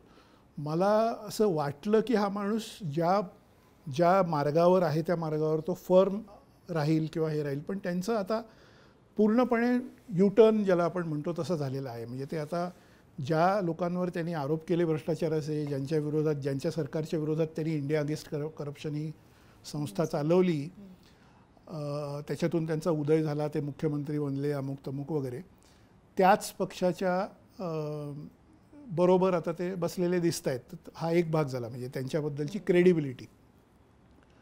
दुसरा फॅक्टर असा की त्यांच्या बरोबर असलेले माणसांपैकी बरीचशी माणसं ही सोडून जात आहेत, हे तुम्ही बघा. म्हणजे अगदी योगेंद्र यादव असतील किंवा पत्रकार आपले आशुतोष जे आहेत ते होते, आणखी पण इतर नेते होते. अरविंद केजरीवाल यांच्याबरोबर आम आदमी पार्टीमध्ये सिनियर लीडर म्हणून जे कोणी जॉईन झाले आणि जे काही काम चालवत होते ते सगळं, ते त्यांचं दिल्लीमध्ये सत्ता आल्यावर आणि ते मुख्यमंत्री झाल्यावर 1, 2, 3, 4 अशी सगळी माणसं त्यांच्यापासून दूर गेली किंवा अरविंद केजरीवाल यांचं वागणं हे खूप हुकुमशाही प्रवृत्तीचं आणि सगळं स्वतःकडेच केंद्रित करणं सत्ता अशा पद्धतीचा आहे असा आरोप सोडून जाणाऱ्या अनेकांनी मीडियामध्ये वगैरे केला. तर हे सगळं बघितल्यानंतर अरविंद केजरीवाल यांच्याबद्दल मला जी ओरिजिनल मगाशी मी म्हटलं त्याप्रमाणे एक जे मला वाटलं होतं की हा अत्यंत सिन्सिअर आणि ऑनेस्ट माणूस आहे वगैरे, त्याच्याबद्दल मला आता थोडी शंका वाटते की खरंच तसं आहे का राजकीय कॉम्प्रोमाइज करण्याच्या दिशेने त्यांची पावलं पडत आहेत. एक गोष्ट मात्र म्हणजे बॅलन्स हे आपण बोललं पाहिजे की एक गोष्ट अशी आहे की त्यांची लोकप्रियता दिल्लीमध्ये प्रचंड आहे. पंजाबसारख्या राज्यामध्ये जे काही मोठं सधन आणि समृद्ध राज्य आहे तिथे त्यांनी सत्ता मिळवली आणि काँग्रेससुद्धा नको, अकाली दलसुद्धा नको, भाजपसुद्धा नको असं वाटून लोकांना आम आदमी पार्टी दिल्लीत जे काम केलं तसंच इथे करेल असं समजून त्या लोकांनी त्यांना मतं दिली आणि तिथेही त्यांचं काम बऱ्यापैकी चांगलं सुरू आहे असं एक इम्प्रेशन सगळीकडे आहे. त्यामुळे ॲज अ ॲडमिनिस्ट्रेटर आणि जे गव्हर्नन्स जो चालवायचा असतो त्यातलं जे इकॉनॉमिक्सची मॅनेजमेंट आहे बाकीच्या सगळ्या गोष्टी त्याच्यामध्ये अरविंद केजरीवाल यांना मी 100पैकी 90 मार्क देईन कदाचित किंवा मेरिट लिस्टमध्ये त्यांना ठेवेन. परंतु एक मॉरॅलिटीचा भाग असतो की जो तुम्ही राजकीय काहीतरी तुम्ही एका गोष्टीवर तुम्ही ठरवलं आहे अमुक करायचं आहे आणि ते तुम्ही चालताय पुढे आणि मग तुम्ही एकदमच युटर्न घेऊन काहीतरी वेगळंच करताय, हा जो भाग असतो त्याच्या बाबतीत मात्र विश्वासार्हता हा जो विषय आहे त्याच्या बाबतीत मला जरा अरविंद केजरीवाल यांच्याबद्दल शंका येते. त्यामुळे पुढे परत ते काय करतील आय डोंट नो, कुठल्या दिशेने हे जाईल. पण सध्या तरी असं दिसतंय की आम आदमी पार्टी आणि भारतीय जनता पक्ष यांच्यामध्ये प्रचंड एक कट्टर असं एक कटुता आणि फार एकमेकांबद्दलची ॲनिमॉसिटी ज्याला म्हणतात तशा पद्धतीची निर्माण झाली आहे आणि ती काही फार चांगली नाही. म्हणजे ते अगदी संपवायलाच निघालेत असं दिसतंय. म्हणजे ज्या पद्धतीने त्यांच्या नेत्यांना अटका करून त्यांना जामिनाशिवाय 6 महिने 1 वर्ष वगैरे असं आत ठेवलेलं आहे, ते सगळं बघितल्यावर थोडा सिम्पथी फॅक्टर कदाचित अरविंद केजरीवाल यांच्या बाजूने जाऊ शकतो आणि त्याच्यामुळे दिल्लीतल्या मतदानामध्ये विशेषतः पंजाब आणि दिल्ली या 2 ठिकाणी त्यांनी पंजाबमध्ये केलं की आय एम नॉट शुअर पण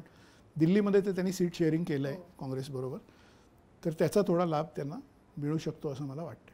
महाराष्ट्राबद्दल बोलायचं तर तुम्हाला प्रकाश आंबेडकर यांच्याबद्दल काय वाटतं? कारण आधी जे महाविकास आघाडीसोबत जाणार म्हणत शेवटपर्यंत ती काही युती झाली नाही आणि मग त्याच्यानंतर आंबेडकरांनी बऱ्याच कन्फ्युजिंग भूमिका घेतला असा पण एक सूर आहे. म्हणजे काही ठिकाणी उमेदवारच दिले नाहीत, काही ठिकाणी उमेदवार दिले, काही ठिकाणी पाठिंबा दिला, काही ठिकाणी दिला नाही. तर त्यांचं एकंदर राजकारण या लोकसभेनंतर काय असू शकतं किंवा त्यांना खरंच यश मिळेल का आत्ताच्या लोकसभेत? मला असं वाटतं की प्रकाश आंबेडकर यांच्याबद्दल जनतेमध्ये विशिष्ट वर्गामध्ये खूप प्रेम, आस्था आणि विश्वास असं म्हणजे एक आपल्याला दिशा दाखवू शकणारा एक लीडर असं इमेज समाजाच्या काही वर्गात, दलित समाजात वगैरे बऱ्यापैकी महाराष्ट्रामध्ये राहिलेलं आहे अनेक वर्ष.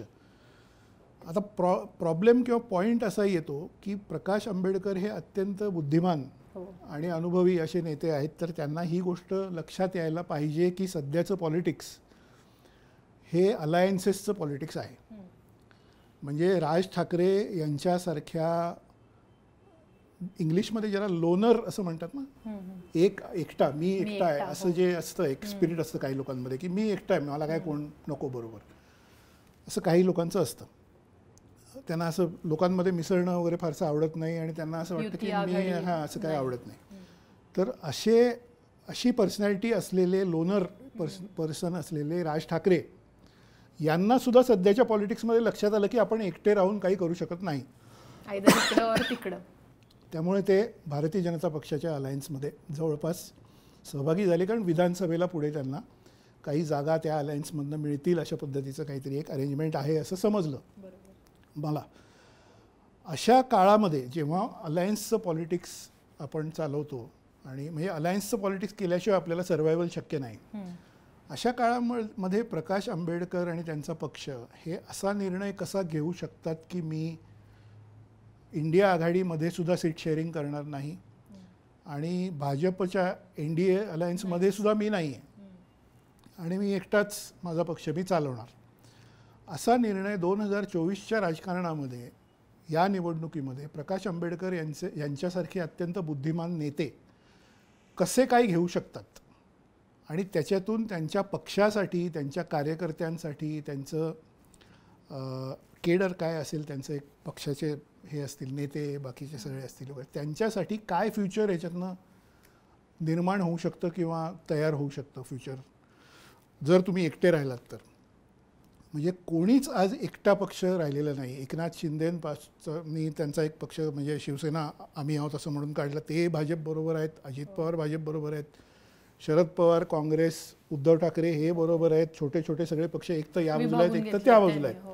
म्हणजे अगदी जानकरांसारखे नेतेसुद्धा ते एक त्यांची सीट त्यांना जी मिळाली ती घेऊन ते NDA बरोबर आहेत. म्हणजे कोणी असं म्हणत नाही की मी एकटा माझा पक्ष. फक्त प्रकाश आंबेडकर महाराष्ट्रामध्ये असे नेते आहेत की जे असं म्हणत आहेत की मी एकटाच माझा पक्ष आहे आणि मी या बाजूलाही जॉईन होणार नाही आणि त्या बाजूलाही जॉईन होणार नाही. तर फ्युचर काय, फ्युचर असू शकतं का अशा पक्षाला, हा प्रश्न त्यांना पडला असेल किंवा त्यांना त्याचं उत्तर माहीत असेल तर ते त्यांनी त्याचा विचार केला असेल. I don't no. 3.8% वोट्स, जवळजवळ 4% वोट्स महाराष्ट्राच्या वेगवेगळ्या लोकसभा मतदारसंघांमध्ये गेल्यावेळी मिळवणं, म्हणजे गेल्यावेळी मिळवल्या त्यांनी 19 साली, हा काही जोक नाही. म्हणजे ही मोठी ताकद आहे. प्रकाश आंबेडकर यांच्याकडे मोठी ताकद आहे. आज तुम्ही विचार करा, राज ठाकरे यांचा एवढा गवगव आहे महाराष्ट्रामध्ये. राज ठाकरे यांची जर रॅली असेल, म्हणजे एक सभा घेणार असतील, 7 वाजता सभा असेल तर दुपारी 3 वाजल्यापासून राज ठाकरे काय बोलणार, आज राज यांची तोफ धडाडणार वगैरे असं सगळं मीडियामध्ये हे असतं आणि सगळा दिवस त्याच्यावर चॅनल काढतात. असे राज ठाकरे आणि त्यांची मनसे यांचं वोटिंग पर्सेंटेज काय आहे तुम्ही लक्षात घ्या. ते 1.5% आहे. महाराष्ट्रातल्या निवडणुकांमध्ये राज ठाकरे यांचा पक्ष 1.5% मतं मिळवतो आहे. वेअरएज प्रकाश आंबेडकर, ज्यांना मीडिया फार महत्त्व तितकंसं देत नाही, द्यायला पाहिजे खरं पण देत नाही, ते 3.7 किंवा 3.8पर्यंत, जवळजवळ 4% अनेक मतदारसंघात गेलेले आहेत. बारामती मतदारसंघामध्ये 2019च्या निवडणुकीमध्ये 44,000 मतं घेतली त्यांनी शरद पवारांच्या बारामतीमध्ये. आणि अनेक मतदारसंघांमध्ये 40,000, 45,000, 50,000 अशी मतं त्यांनी घेतली आहेत आणि काही ठिकाणी लाख. तर असं पोटेन्शियल असलेला पक्ष आणि त्याचा इंटेलिजंट, बुद्धिमान आणि मॅच्युअर सुशिक्षित नेता हा असा निर्णय कसा घेऊ शकतो की मी एकटाच माझा पक्ष राहणार आहे. तर एकतर या अलायन्स किंवा त्या अलायन्समध्ये तुम्ही गेलात तर तुमचे सगळे लोक जे आहेत त्यांना काहीतरी फ्युचर मिळेल ना. तुमचे 1, 2, 3 खासदार जर आले, 2 येऊ शकतात, 3 येऊ शकतात जर अलायन्समध्ये तुम्ही गेलात तर. त्याच्यातनं पुढे तुमचं सगळी पक्षाची उभारणी होऊ शकते, तुमचा विचार, तुमचं जे काय आहे ते पुढे चालू शकतं, बाकी गोष्टी होऊ शकतात सगळ्या. म्हणजे विकासाची कामं असतील, बाकी निधी वगैरे हे सगळं असेल. पण त्यांनी असा विचार का केला आहे ते मला वाटतं काही लोकांना माहिती आहे. काँग्रेसमधल्या काही लोकांना आधीपासूनच माहीत होतं. पृथ्वीराज चव्हाण यांच्याशी आमच्यापैकी काही लोकांचं बोलणं झालं. पृथ्वीराज चव्हाण हे पहिल्यापासूनच म्हणत होते की आम्हाला माहीत आहे की ते नाहीच येणार आहेत. त्यांनी असं ठरवलेलंच आहे की नाही यायचं. त्याची कारणं काय आहेत हे काही लोकांना माहीत असेल, काही लोकांनी त्याच्यावर विचार करून अभ्यास करावा अधिक. पण आता तुम्ही जसं म्हणाला त्यांना मांडणारा एक खूप मोठा वर्ग आहे आणि जसं आपण सुरुवातीला डिस्कशनमध्ये म्हटलं होतं की MIM सारखे पक्ष कुठंतरी त्यांना मतदान म्हणजे भाजपला मतदान असा एक सूर लोकांमध्ये. मग अशा परिस्थितीमध्ये जेव्हा 2 अलायन्स अगदी एकमेकांच्या विरोधात लढताना दिसत आहेत तेव्हा दलित आणि मुस्लिम मतदार हा तिसऱ्या पर्यायापेक्षा मग एकत्रितपणे आयदर इकडं आयदर तिकडं असाच पर्याय त्याने या निवडणुकीमध्ये चूज केला असेल असं तुम्हाला वाटतं का? मला असं वाटतंय की मला वाटतंय म्हणण्यापेक्षा मला लोकांनी जे सांगितलं आहे ते म्हणतो मी. पत्रकार मित्र वेगवेगळ्या शहरांमधले, वेगवेगळ्या जिल्ह्यांमधले आणि काही ऑब्झर्वर असतात, पक्षांची कामं करणारे किंवा अभ्यास करणारे, रिसर्च ॲनालिसिस करणारे वगैरे असे काही मित्र आहेत. त्यांचं असं म्हणणं आहे की यावेळी बऱ्यापैकी मुस्लिम वोटर्स हे MIM पासून दूर राहण्याच्या मनोवृत्तीमध्ये आहेत. वंचितच्या बाबतीत तसं आहे का याच्याबद्दल फ्रँकली मला कोणी काही फीडबॅक दिलेला नाही. वंचितच्या मतांची संख्या कमी होऊन ती मतं इंडिया आघाडीकडे जातील का याच्याबद्दल लोकांना अजून, मला तरी कोणी काही सांगितलेलं नाही की असं दिसतंय असं. पण मुस्लिम वोट्स मुंबईपासून ते मराठवाड्यापर्यंत आणि दक्षिण महाराष्ट्रात मिरज, सांगली अशा भागामध्ये काय आहे बऱ्यापैकी ती मतं उद्धव ठाकरे यांच्या दिशेने झुकलेली आहेत असं ग्राउंड रिपोर्ट्स सगळीकडनं दिसत आहेत. म्हणजे लोकांमधली चर्चा असते, एक आपल्याला एक अंडरकरंट कळतो की असं साधारण झालं आहे. त्यामुळे MIMला यावेळी काही फार यश मिळेल किंवा फार काही त्यांचं होईल असं मला दिसत नाही. आणि ज्यांनी MIMला मतं पूर्वी दिली त्यांना हे लक्षात आलेलं थोडंसं दिसतंय की यांना मत देणं म्हणजे डायरेक्टली भाजपला त्याचा फायदा होतो आहे आणि ते थोडे या बाजूला झुकलेले आहेत. विशेषतः मुंबई शहर, कल्याण, भिवंडी या सगळ्या भागामध्ये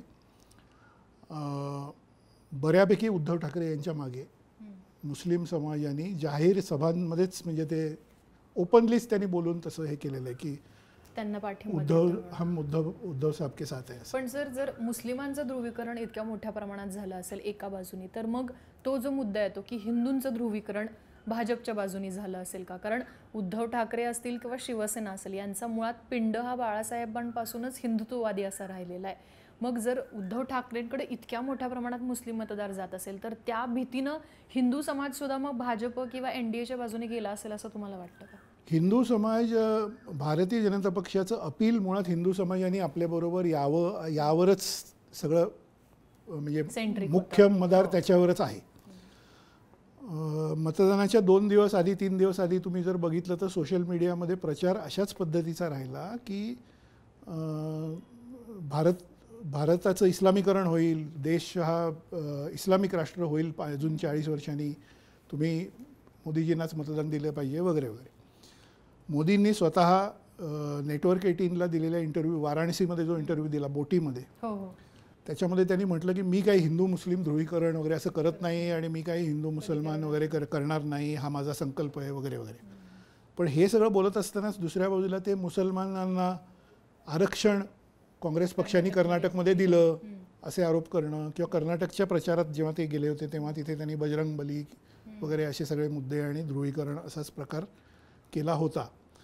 हिंदू मतांमध्ये तेवढं ध्रुवीकरण होईल की नाही याच्याबद्दल मला शंका अशासाठी आहे की हिंदू हा जास्त डेव्हलप्ड आणि जास्त म्हणजे काय म्हणायचं इकॉनॉमिक इश्यूज, गव्हर्नन्सचे इश्यूज आणि बाकीच्या गोष्टी विचार करणारा असा एक सरसकट तुम्ही जर बघितलं तर आहे.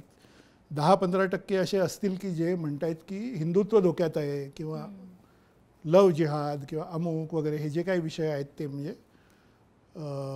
हिंदुत्व केवळ या मुद्द्यावर मला मत द्यायचं असे 10-15% असू शकतात.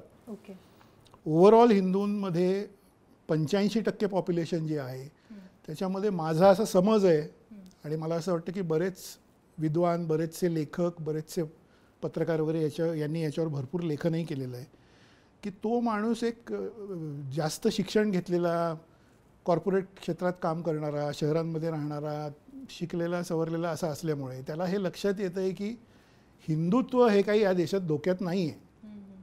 ज्या देशामध्ये जानेवारीपासून डिसेंबरपर्यंत 30-40 हिंदूंचे सण हे रस्त्यावर साजरे केले जातात भव्य प्रमाणामध्ये. गणपती, रामनवमीपासून जन्माष्टमीपासून सगळीकडे लाऊडस्पीकर लावून रस्त्यावर, देवळांमध्ये, याच्यात त्याच्यात कुठेही हिंदुत्व धोक्यात आहे अशा पद्धतीचं काही म्हणजे हिंदूंना काहीतरी बंधन आहे किंवा हिंदूंवर काहीतरी प्रेशर आहे की अमुक करू नका असं काही नाही आहे.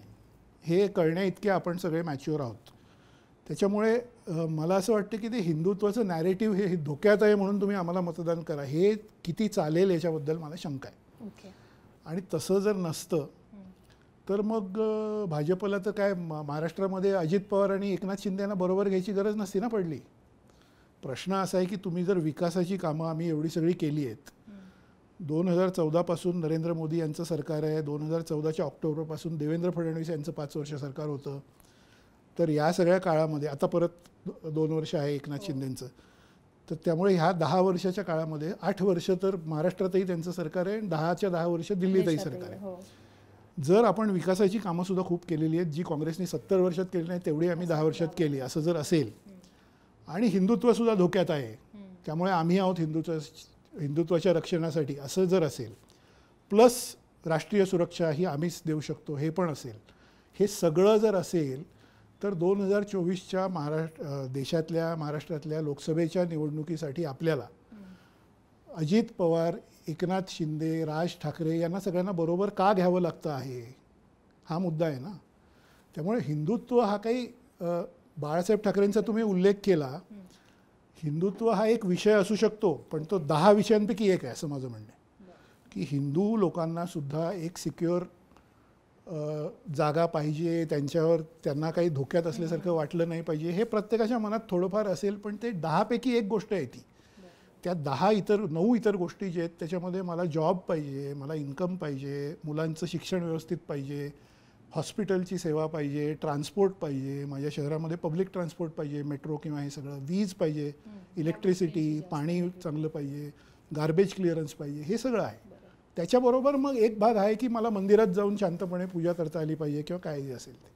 त्यामुळे that cannot be the single driving factor for BJP और एनीबडी, असं माझं मत. सर, आता शेवटचा प्रश्न की सातत्यानं महाराष्ट्रातल्या निवडणुकीबद्दल असं म्हणलं जात आहे की 4 जूनला निकाल लागल्यानंतर म्हणजे प्रकाश आंबेडकरांनी पण असा दावा केला की 2 पक्ष संपतील, किंवा पृथ्वीराज चव्हाण पण म्हणाले की 2 पक्ष संपतील. तर तुम्हाला काय वाटतं की 4 जून नंतर नेमकं कसं राजकारण बदलेल किंवा कुठल्या पक्षांवरती इतकं मोठं गंडांतर येईल?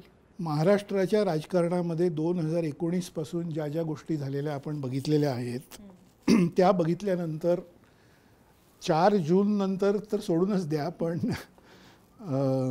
आज तारीख 21 असेल तर 22 मे नंतर काय होईल हेही मी सांगू शकत नाही. म्हणजे जो माणूस सांगेल, जो कोणी विद्वान ज्योतिषी असेल आणि तो जर म्हणाला की असं होईल तसं होईल तर मी त्याला सलाम करेन. पण 4 जूनला जे काही निकाल येतील ते काय असणार आहे त्याच्याबद्दल 100% कोणालाही आता काही माहिती नाही. ते निकाल आल्यानंतर काय होईल याचं प्रोजेक्शन आपण कुठल्या बेसिसवर युज्युअली करतो, कुठल्याही गोष्टीचं प्रोजेक्शन आपण कुठल्या बेसिसवर करतो, कॉर्पोरेट असेल, फायनान्शियल असेल, पॉलिटिकल असेल, ते आपण मागे काय काय झालेलं आहे त्या बेसिसवर करतो. तर जर तुम्हाला असं दिसतंय की 2019च्या निवडणुकीमध्ये नरेंद्र मोदी आणि अमित शहा यांना राजकीय पटलावरून कायमचं दूर करा, राजकीय क्षितिजावरून, असं सांगणारे राज ठाकरे 2024मध्ये शिवाजी पार्कला जर नरेंद्र मोदी यांना हात मिळवून त्यांच्याबरोबर भाषण करायला उभे असतील आणि जर एकनाथ शिंदे आणि उद्धव ठाकरे हे एकमेकांच्या विरोधात उभे राहिले असतील आणि उद्धव ठाकरे आणि शरद पवार हे एकमेकांच्या शेजारी बसत असतील, कोणी इमॅजिनच केलं नव्हतं. तर 4 जून नंतर काय होणार हे कसं कोणी सांगावं याच्याबद्दल मला काही न बोललेलं बरं, असं शेवटच्या प्रश्नाला तुमच्या मी म्हणतो, एवढंच म्हणू इच्छितो. म्हणजे थँक्यू सो मच सर. तर आज आपण सरांसोबत देशाच्या आणि महाराष्ट्राच्या राजकारणावर सुद्धा चर्चा केली. जसं सरांनी सांगितलं तसं महाराष्ट्राच्या राजकारणाबद्दल आत्ता की 4 जून नंतर काय होईल, प्रचंड अनप्रेडिक्टिबिलिटी आहे की कोणीच आत्ता अगदी 100% सांगू शकत नाही की यांच्या इतक्या जागा येणार किंवा हे काय भूमिका घेणार, ते काय करणार. सो आपण आता या संदर्भाने निकाल येईपर्यंत ह्या चर्चा ज्या आहेत त्या करत राहणार आहोत. एकंदर सगळ्या ज्येष्ठ पत्रकारांचे अनुभव, त्यांनी इतकी वर्ष इलेक्शन कव्हर केलेत, त्या दृष्टीने आत्ता त्यांना काय वाटतं ते तुमच्यापर्यंत पोहोचवण्याचा प्रयत्न करणार आहोत. आणखी तुम्हाला कुठल्या गोष्टींवरती चर्चा जी आहे ती ऐकायला आवडेल ते आम्हाला कमेंट बॉक्समध्ये लिहून नक्की कळवा. आणि अर्थात अशाच माहितीपूर्ण व्हिडिओसाठी बोल व्हिडिओचं यूट्यूब चॅनल नक्की सबस्क्राईब करा.